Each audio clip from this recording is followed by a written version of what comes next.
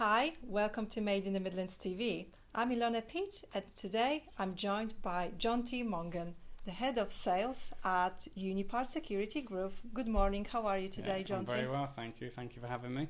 Perfect. So you're one of our Made in the Midlands members. Yes, I am. And yes, today I would like to find out a bit more about what you can offer to the rest of the group and actually what it is that you do, because Unipart Group is a huge company. Yeah. However, this is more specified area. So we're going to talk about that.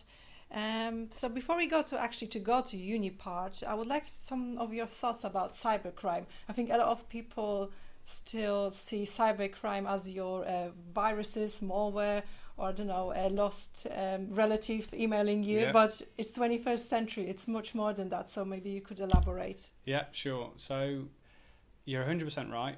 People see cybersecurity as, I have antivirus, so I'm okay. Yeah. That's a common thing that I get when I'm talking to new clients. They will say, I have, Sophos, so therefore I'm safe. To an extent, that's true.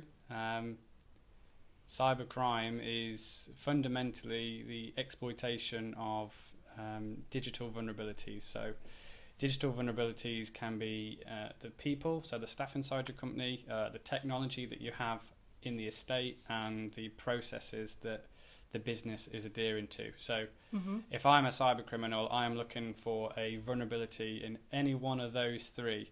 And predominantly people are often the easiest to exploit because we are naturally trusting creatures.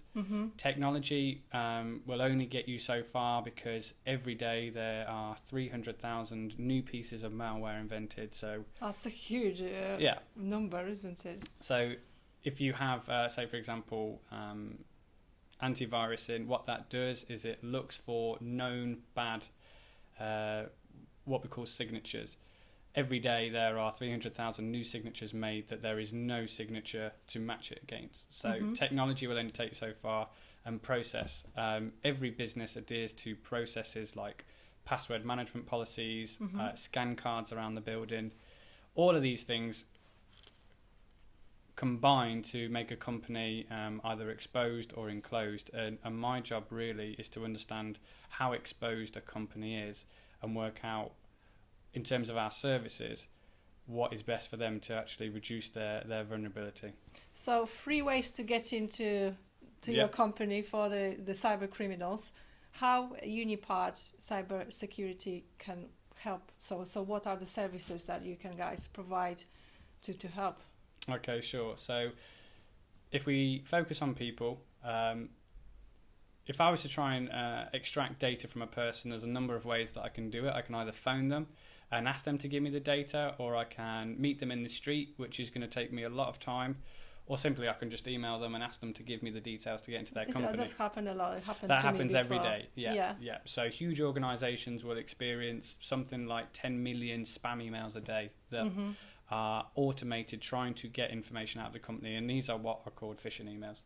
So one of the services that we have is actually training individuals within a company how to spot a phishing email, so that when they do get that email, they'll know, actually I'm not going to click on that one because it's clearly showing evidence of a phishing email.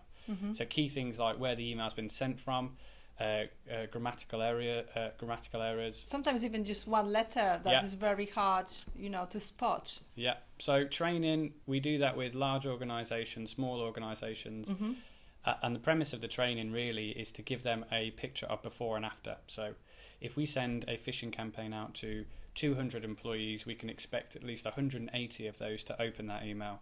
And they're real world statistics that we find with an organisation. They will then do the training, and then we will send them up a follow-up email in which we can expect the click rate to be around about 40 people within that organisation. So almost a 75% reduction in how many people click that email. That's people. Process is all about accreditations that an organisation has. So within cybersecurity, you can achieve 4 main accreditations, which are Cyber Essentials, which is a government-backed standard, Cyber Essentials Plus, which is a little bit harder to get because it requires an external audit.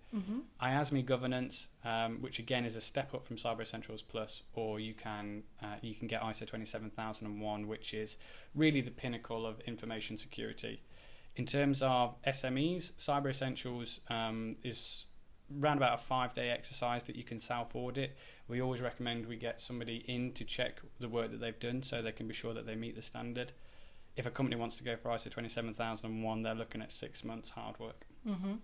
From a technology point of view, we have various softwares and services that will test how vulnerable the technology that an organisation is using. Mm-hmm. One of our standout products, which is up for an SC award this year, is a service called ZDD, which will look back in time to understand how many situations have occurred where an organisation has leaked data out of the building. It's a very impressive service. You can go onto our website and see how that works. But my next question is on a Unipart group, because you wouldn't usually associate Unipart with this type of product. So No. could you expand on that?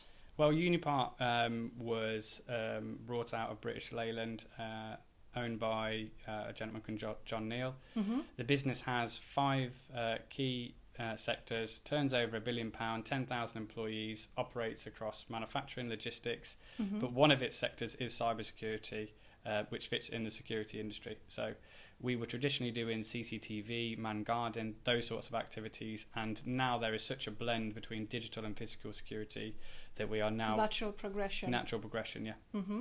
I think before the show, you mentioned GDPR to me. Could you expand what this is, because that's quite important? Yeah, GDPR is something that I really want to focus on with all organisations, because the Data Protection Act has now been superseded by the General Data Protection Act, which is far broader and it levies far bigger fines on organisations if they are outside Yeah, I mentioned they're actually huge fines, aren't they? 4% of global turnover or 20 million euros, whichever is bigger. One of the things that I really want to get across to listeners is that now is the time to start deploying resource to get your company in line with GDPR, because the deadline is May 2018, the 25th of May. Your time is up. If you're not compliant and you're deemed to be found out of compliance, then you will be paying a fine. To wrap up, what is your key message to our manufacturing viewers? Obviously, these are people that, are very focused on production, delivery. When it comes to cybersecurity, what can they do? What can Unipart offer them? What's your key message there? When you spoke about manufacturers, you spoke about productivity, getting product out of the door. So what I find with most manufacturing organisations is their biggest vulnerability is what we call denial of service, their inability to be able to make the products that they're shipping out of the door. Every company will be different. If I was to shut down a manufacturing company through a denial of service attack for 6 to 7 hours, that would cost the manufacturer. Yeah. That's before we've got onto the insurance costs, the fines to mop up all of the technology side of it. The costs for a cyber breach are not necessarily just in that single denial of service. It's the knock-on effect. It's the payouts. It's the insurance. It's the people that were damaged in that breach. So for a manufacturer, I really want to urge them to start training their people on how to spot phishing emails. And it's basics, isn't it? It's absolute basics. So 74% likely for an SME to be breached if they have less than 250 employees. Anything above 250 employees. A massive 75%. I mean, that's 3 and 4 people, If you sat at a gambling table and the odds of you winning, you'd be betting on that all day. So anything more than 250 employees, it's 90%. So it's almost dead cert that you are going to experience a cyber breach or a cyber attack in the next 5 years. It could happen tomorrow, and it really is a case of when rather than if. So basics in place, gaining accreditation like Cyber Essentials Plus, or train your people, because 64% of those breaches occur from somebody opening an email. And it doesn't matter how ridiculous those emails are about you can win £1,000 if you click on this link, people are still clicking on them, and we still get called out to do the incident response work. So I'm not suggesting go for, the pinnacle of cybersecurity, just get the basics in place so you're not one of those victims. Fantastic. Thank you very much for coming to our studio today, Johnty. I hope our viewers will take some key messages here. So, when you open this email, think twice before you click on it. And if you want to find out more about the services that Unipart can offer, please visit the microsite, the website, or Yeah. contact Johnty. What's the best way? So we have a website, unipartcybersecurity.com. The contact number is also on there. If you Google unipartcybersecurity.com, you'll find all of our details there. Perfect. No So problem. once again, thank you very much. See you again on Made in the Midlands TV. Take care. Bye. Goodbye.